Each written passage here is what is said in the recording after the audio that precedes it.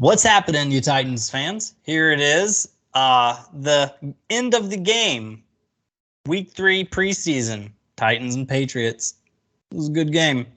Tennessee Titans seal the deal, get the dub with a 23-7 victory over the Patriots, which, as we always say, wins, loses, they don't matter in preseason. But we went 2-1. I think it's the first time we had a winning record in the preseason in a long time. And in all honesty, this game was never really close, in my opinion, because we basically had two drives that stalled that we had to kick field goals, and then they scored one touchdown, which made it look like, they took a lead, which made it look like closer than it really was, and then they didn't score again, and we end up rattling off 23 points. So it was a dominant performance, honestly. Yeah, it could have been better if we didn't miss the field goal, which that's going to be an issue, I think. But yeah, it was good. Like you said, the fact that we won isn't what's important there. But once again, I saw some nice growth from Julius Chestnut. I think we're extremely deep at running back. So I like that. Malik Willis was a hit and miss. I mostly hit, but his miss was bad. That was the problem. Yeah, let's go ahead and get into our rating and because we always grade the quarterback. If you take out those two interceptions, which are both 0 touch on the ball, like you got to put a little bit of an arc in there on both of them. Well, the one to Wiley, I thought it was more behind than more than. Yeah, that's true. That's true. I don't know. I was thinking back to the pick he threw in. Yeah. I don't know. I was thinking back on that one. But yeah. If you take away two bad throws, I would give him an A+. I mean, his official stat line was 15 of 20, 211 yards, 2 touchdowns, 2 picks. You take away those 2 throws, that makes him 15 of 18 for 211 and 2 touchdowns. 2 touchdowns. That's amazing. That's A+. That's like you hope Tannehill can do that kind of deal. But then the 2 picks were bad picks. Just nasty. Then he fumbled once. Now they've recovered, but they fumbled once. And it looked to me as what happened was a option play. Like it looked to me like he was trying to take it away and keep it. Because he took a real hard stance to the left, like he was ready to try to zoom to the left. But the running back, I don't remember who it was. Was it Tajay Spears still? Chestnut. Oh, was it Chestnut? Okay, yeah, Chestnut, I could tell, thought he was going to keep it. Yeah. And they just, so. Yeah. So 2 turnovers, but then there was a fumble that was recovered. And that's just not good. That's not good because it puts the offense, or it puts the defense in a bad situation because the offense is getting good field position on the other side. But he was like, this is the best passing I've seen from Malik Willis. It's the first time he's ever broke 200 yards passing, whether it's preseason or whether it's regular. Which is a little sad in itself. It is a little sad in itself, but sadly, these last couple of years, especially last year when we had Robert Woods as our number 1 wide receiver, Tannehill didn't even break 200 yards many times. No, you're right about that. I am confused. Did you ever officially give your grade? No, I didn't. Dang it. This sounds too generous, but I'm stuck between a B and a B+. I feel like B+ is too generous because that's borderline A. But then again, there's 2 bad throws, and I gave him a B in week 1. So I think I'm going to curve it up to a B+ just because of the huge growth as a passer as compared to where he's, where he was when we drafted him last year, which was it was awful. Sad to watch. Cringy to watch even. So I'm going to curve it up to a B+. Picks are ugly, though. I think I'm going to go B. I think the like you said, he had an A+ game minus those 2 picks, but the problem is 2 picks is 2 picks. You can't really just say minus the 2 picks. But he had a beautiful touchdown. That second one was great. It was a touch in there. He had he kept his eye. He didn't just do that touchdown passes, but 7 times he kept his eyes downfield when there was a pass rush in his face, which is improvement from last year. He didn't just look to run. There was a lot of stuff that he does this year and that game that he did not do last year, which is encouraging. So that alone, I'm gonna put him as a B. But again, the 2 picks makes it there's no way to give him an A. Yeah. Even B plus seems a little generous to him because a turnover is a turnover, and the number one thing that a coach is going to tell you: don't turn the ball over. So here's the problem: his whole preseason, as a whole, I just looked. He's 3 touchdowns, 4 picks. Yes, I know. Now he did have 1 rushing touchdown. Yeah. So he scored 4 touchdowns and then 4. The thing is, and it's still 3-3 is still not great, but you and I both agree that first pick in the Chicago Bears game was, I mean, again, it was a little high, but Josh Riley should have picked it off. Yeah. Not picked it off, but he should have caught it. Yeah. Well, there's two of his picks came from off the hands of Wiley. The first one I think was Wiley's fault. The second one was just a poor throw from Malik.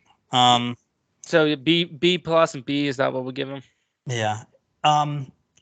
Let me put it this way: if Malik Willis was a first-round pick, and he was projected to be better than he was, I probably would have only given him a B.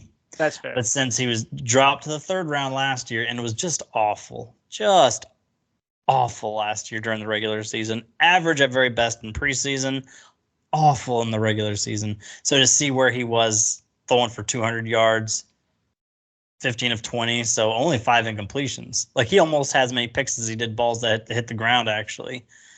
It's just such a huge step. And then, like you said earlier, one thing that he's been doing several times this year is where the pocket collapses. He does a great job of just boom and getting out of it, but instead of just running for 2-3 yards, he keeps his eyes downfield, and that's even how he threw his touchdown to Kyrus Jackson on the right side of the field. Yeah, it was beautiful. Like, he just took off, run to the right, did the old Steve McNair where he pointed. I don't know what he was pointing at or why he pointed, but remember Steve McNair, you see that all the time when he'd run. Yep. But anyways, so he rolls out, gets out of there, he points, and then he goes, pow, and just zips it. Perfect throw to Kyrus Jackson right there in the end zone. Because that was a good throw, because I said this before we started recording, but there was a cornerback underneath and a safety over top, and he had to put it right there, which he did. It's a great play. Again, that's a throw that, you don't know if Ryan Tannehill would be hitting that play every single time. You know what I mean? Yeah. That was actually, correct me if I'm wrong, but his first touchdown was almost the exact same thing. He just did to the opposite side of the field. Didn't the pocket collapse? He rolled to the left, and then hit Julius Chestnut. Mm-hmm. Yeah. So. And the play before that, he got away, which I would say is he always gets away from that first guy. I will give him like that. He always gets away from the first guy. He never gets down by the first guy. Which is a good quality trait to have. But, and see, here's the difference. Last year, he would get away, and immediately his eyes would go down. He would just run, and get sacked. He would still get sacked because he would just look down and just kind of move around until someone else gets him. Yeah. This preseason, he gets away, keeps his eye downfield, because that touchdown to Chestnut, he broke away, kept his eyes downfield, hit Chestnut for the touchdown. That was impressive. Yeah, I completely agree. So let's just go over a quick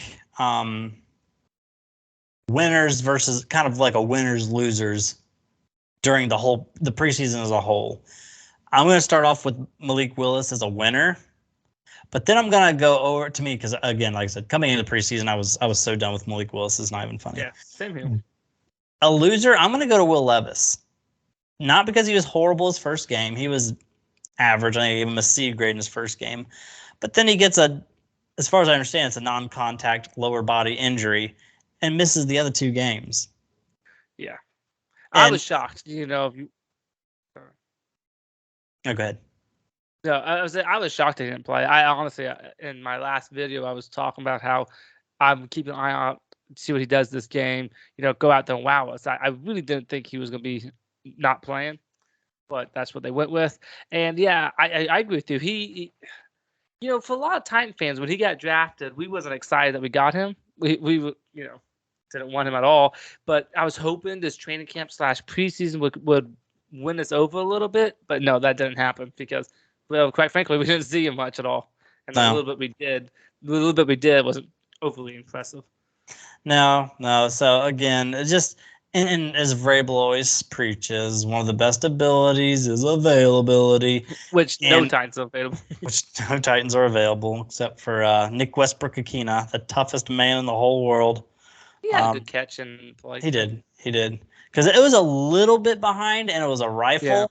So he did a great job of just catching that and getting hit, but staying up, and it was good by Nick Westbrook-Akina. Let me hear a winner and a loser in your book. And this is preseason as a whole. Yeah. Man, it's funny. Same position on both. It's the same position, but I could go with Sharp or Chestnut because Sharp, I was not happy we got him. Okay, I'm like, we don't need him. Sorry, I'm thinking Tajay's. It's the Tajay's. Yeah. Same. Sorry, guys. Tajay Spiels. Yes. See, he won me over. Like, I mean, granted, I still wish we didn't draft him, but I would say this: I see enough talent there that we can do something with him. Like, even if Derrick Henry's on the field, maybe we can bring him out. Like, this guy can actually be a difference maker. I was really impressed with that. And then with Julius Chestnut, I just thought he was a running back that's just gonna be practice squad, cut, done. Never thought of again. But he went from last year to being like, why do we have this guy really? To he looked really good. He had 4 touchdowns this preseason. And he looked good catching and running. I was really impressed with him. So, you and I said this off air, but we have a deep running back position. So I'm going to give kind of half and half of those two. And then loser could stay in the same room, the running back room. Who? Hassan Haskins. Oh, Haskins. Yeah, that's a possibility. I feel like I was thinking of somebody, and then. Yeah, let's go with Haskins. You're right, because he's been on our roster for a couple years now, hasn't he? Last year he was a rookie. Okay, and then this year he didn't do nothing at all. He didn't do anything at all. He played, I think, like 8 snaps in the first game. Was not good at all. And then he got hurt, and he's not played since then. So, and of course, there's the legal situation going on with him. Yeah. So, in my opinion, I'd say just cut him. I'm good. Yeah, with just I agree. Yes, I agree. We cutting him would, we'd be just fine in the running back position. Cutting him would be fine. I don't know if I would call him a loser because he is a 5th round pick. 4th. But Josh. Yeah, go ahead. Josh Riley did not impress me. He really did not. 6'7", and I've heard things about his passing game, but the pass in the back of the end zone. I feel like he just alligator armed it, and he looked like if he went up for it, he could have had that. I was thinking the same thing because nobody really talked about that. But yeah, when I saw him, like, I feel like he had a horrible jump, where it's like he fell back weird jump more than just like a jump straight up. And like you said, alligator armed, because I started watching. I'm like, he never fully extended his arm. He's like, but there's no one to hit him, so I don't even know why he did that. And I'm like, and they made not a big deal out of it. I'm watching, I'm like, dude, catch that. That was a catchable ball. Make a play. And so he never made a play. I think he had 1 catch this game. So in 3 pieces of games, he had like 2 catches, a fumble, a drop pass that ended up being a pick. I was like. And another one where it was a tough catch and it was a behind pass, but that one ended up being a pick too. So it's like anytime you get involved in a play, it becomes a turnover, whether it's your fault, someone else's fault, or shared blame. Some reason it's hard to say, but it wasn't good every time Josh Wiley was part of it. He had I think 1 catch for 8 yards. That's all he had. 8 yards. I'll say, I don't know if you want to say a 5th round rookie. Possibly could be a loser because I don't know how much you expect out of him. But I think we both was kind of excited when we got him. We're like, 6'7", 6'6", whatever he is. This is someone that, maybe we could do something with this. And I was hoping for a little juice. I knew blocking probably wouldn't be that good, but I was hoping for maybe a couple more red zone targets, a couple of good catches to talk about, He had red zone target, but he alligator armed it, so. Yes, he did. Yeah. Well, hopefully, we don't need him this year with Chig. And who's our blocking tight end? You said the name. I can't remember. Trevon Wesco. I saw him in uniform tonight. Yeah, with him and then with Chig, maybe Wiley won't play much. Yeah, we can ease him in a little bit. Now, one huge winner, which again, this was my every time you always sign your 10, however many undrafted free agents right after the draft, you always have 1 or 2 that I'm going to keep an eye on him. For me, it was Caleb Murphy from the beginning. I saw the kind of production he had in college, even though it's smallest college. He, to me, could be the biggest winner, or at least made the biggest case that he needs to make the 53. When you have 4 sacks in 3 games, the dude just gets after the quarterback. And I would say this. It's preseason. His college career was in a small school, but he, out of all the undrafted rookies and even rookies, he looked the most like you could be good in this league. Like not just like you could make a 53 man. Is it 53? Like yeah, 53 man roster. Like you look like you could belong in this league. Because all those sacks in college, 4 sacks out of 3. I'm like, you cannot tell me he cannot at least be a good rotational piece. You know what I mean? Yeah. Like Yeah. I was, he had all the kind of moves, the stunts, the swim moves. He was beating people all sorts of different ways, and he looked explosively fast. So, I agree. I agree. Because I like Harold Landry, but my least favorite thing about Harold Landry, he hits 90% of his sacks the exact same way with that super deep low bend on the edge, which he does that as good as anybody right now. But I feel like he is really kind of a one-trick pony. But Caleb Murphy was kind of switching it up with all kinds of moves. And again, 4 sacks in 3 games, and obviously he didn't even play all the snaps of all the games. So yeah, I was impressed. He could have been my biggest winner, but yeah, that was a good one. All right, here's my biggest loser. Okay. Anyone who's kicked the ball for us. Anyone. Yep. Anyone. And I'll go ahead and throw out my 2 cents, and I've told you this before, but we need to go after a veteran kicker. Trey Wolf, not the answer. Caleb Shudak, not the answer. They're gone. They're out of here. Michael Badgley, he was not good tonight either. Get him out of here as well. I don't know why they think he's any better this year than he was last year. So, or last time we had him, which I think it was 2021. Last time we had him. So I'm shocked that that's who we decided to sign. No, there's other better options out there for me. Yeah, Vrabel didn't sound too sold on me either when they asked why did you sign him. He's like, he was here with us a couple years ago, and yes, it's his turn to give it a shot or something, give it a go or something like that. He failed in my eyes. Granted, he kicked how many field goals did he hit? Because we settled too many field goals, so he did. Yeah, I mean, he definitely hit some, but he's like doinked. I think he doinked a field goal in. I think he doinked an extra point in. Then he missed a field goal, just big time missed. I'm just like if it was a field goal on the line and we needed 3 points to win, I would not trust that dude at all, not one bit. As far as I can kick him, I would like to get someone else because I'll say this flat out, no way around it. Kicking wins you 2 or 3 games. Oh, 2 at average probably games a season. You know what I mean? You're just going to have games come down to the kicking game, and the fact that we don't have a good kicker can literally be the difference between winning the division and not winning the division. Yeah, I agree. So we'll have to definitely closely monitor that kicking situation. And by that, I mean, I hope Badgley gets the boot and he gets kicked out. Gets kicked out, no pun intended. Anyways, so if we can get him kicked out, that'd be great. So, because there's veterans out there. We discussed this earlier before we hit the record button, but people like Rodrigo Blankenship. Is that how you pronounce his first name? The dude who wears the glasses. He used to kick for the Colts. Yeah. So there's him. There's Robbie Gould. There's a reunion with Ryan Suckup around the corner. Like, there's all kinds of different avenues that we could go. Honestly, I can't believe I'm saying this out loud. I'd take Randy Bullock over. I would take Randy Bullock over this guy. Yes, I wasn't a fan of Randy Bullock, but I think he's better than Shudak, Wolf, Badgley. Badgley. He's better than all of those. Which I gotta admit, we've been struggling with the kicking game for a while now. Yeah, and it's kind of getting like 2020 or something. Yeah, was Randy Bullock great? No, but I feel like we just for no reason just kind of like let's let him go and get someone that's not as good. Yeah, because he had that one year where he hurt himself and was trying to kick hurt, and he was like 1 for 5 on the season, and then we put him on the IR or something, and it's been just garbage since then. So anyways, is there any other winners or losers from the preseason you want to say? Trying to think. I think as well.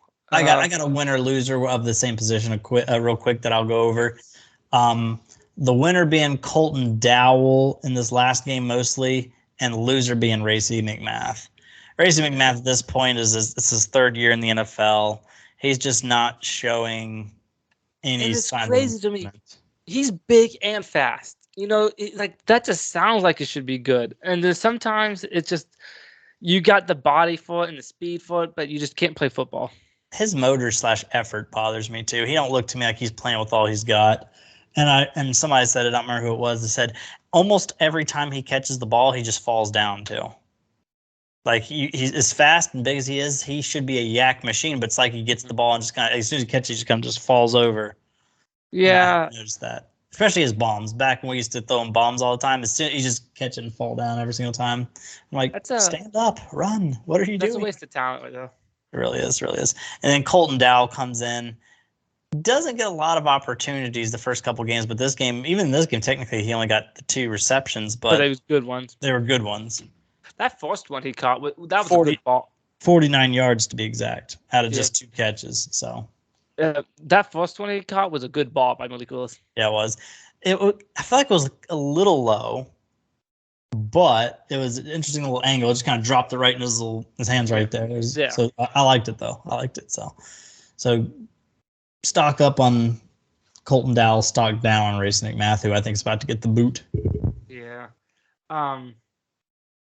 Yeah, you don't expect much out of your 7th round, but if he can make the team and give us something, that'd be nice. But I guess it's still a little ways away to say he's gonna make much of a difference in the regular season. But hey, I like what I saw at least today's game.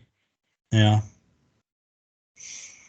I think my last stock up I'm going to give is our defense. Our defense. If you take away those 2 busted plays against the Bears, they only scored 2 more touchdowns the rest of the preseason. Now that's good. That is really good. 1 touchdown from the Patriots. That's all they scored. And then I think it was 16 from the Vikings, but it was 1 touchdown and then 3 field goals. And then everything else the Bears got after those 2 screens that turned into touchdowns were all just field goals. So just a big thumbs up to not just our starting defense, who dominated, especially today. Good. Yeah, agreed. But not only was they dominant today, but basically our whole depth was just spot on. Spot on. I liked it. Yeah, I agree. And especially if Box keeps getting hot and where Hopkins is our only option, and we got Westbrook Nikini as our number 2, we may not be scoring many points. So if our defense can be good, keep us in games, that would help us tremendously. Yeah, I agree. It's gonna be some nail biting 17-13 final score type games. Isn't that what we're used to with the Titans? The games where you need a good kicker. Yeah, exactly. That is a very good point. Oh, can I just say this is gonna be harsh? Since you put a stock up on one big unit, I'm gonna put a stock down on one unit. And they played really well in the first game. And you and I came on like, well, maybe these people are better than we thought. But off the line, every game since that first one went down, but the Vikings like, not great, not terrible, but not great. And then especially the run blocking was garbage today. I was gonna say the run blocking was worse than the pass blocking because there were several plays. Live a couple times. Well, there's also several times where I feel like he just stood in there for forever, which is kind of what Malik Willis, one of his biggest issues was his first years. He just holds onto the ball way too long. He did that some, but overall, I would give them like a D+, C-, rating, which is, not what you want out of a offensive line unit. So even, I just don't know. I just got my hopes up after that first game. And I feel like the second game and third game kind of went back down to earth. And that fits more of what we've been hearing in training camp, which is they haven't been doing so hot. No. Which is not at all. Annoying because Derrick Henry's good. I know D-Hop is good. Bucks if healthy, we think is good. But that, how it is. If the offensive line is not good, that messes everything up. I mean, yeah, I agree. Because here's the thing, it messes things up not just because obviously they got pressures and stuff, but how many times does a bad offensive line hold because they're getting beat? And with all offense, 10 yards is a drive killer. Yeah, I mean, I could see so many times where we get the ball on the 25, we move it past the 50 to like the 40-yard, and then a sack, the 8-yard sack, where that just kills the drive. Where it's like 2nd and 17, then we run for 2 yards, so it's 3rd and 15, throw an underneath route for 8 yards, and then have to punt it away. So I could see it happening a lot. We do that. Yeah. So, but in the end, I think it was a very positive preseason because, of course, they say wins and loses and things like that don't really matter. But when you win or when you win 2 out of the 3 games, it shows good depth. Yeah, So, I agree. So is there anything else you want to say? No, just I'm excited for preseason's over. It's time for the regular season. Sadly, though, we got 16 days of no football, no Titans. And I've gotten in the habit now watching Titans every week, but sadly, we have 16 days without it. But I guess we do need to keep our eye on cuts and trades and picking up from other people's practice cut people, So we got stuff like that we need to probably keep eye on. But yeah, like you said, it was. I think if I had to grade it, I think we had a positive preseason though. I would say so. And Malik keeps his NFL dreams of being a starter alive for a little bit longer. So I guess that's all we got today. We'll do a preview of the season. It'll be our next video more than likely, and then we also want to do just a preview of Saints versus Titans. So that's when you'll hear from us again. All kinds of fun stuff coming out. Exciting. Season's just right around the corner. So tighten up, and we'll see you later.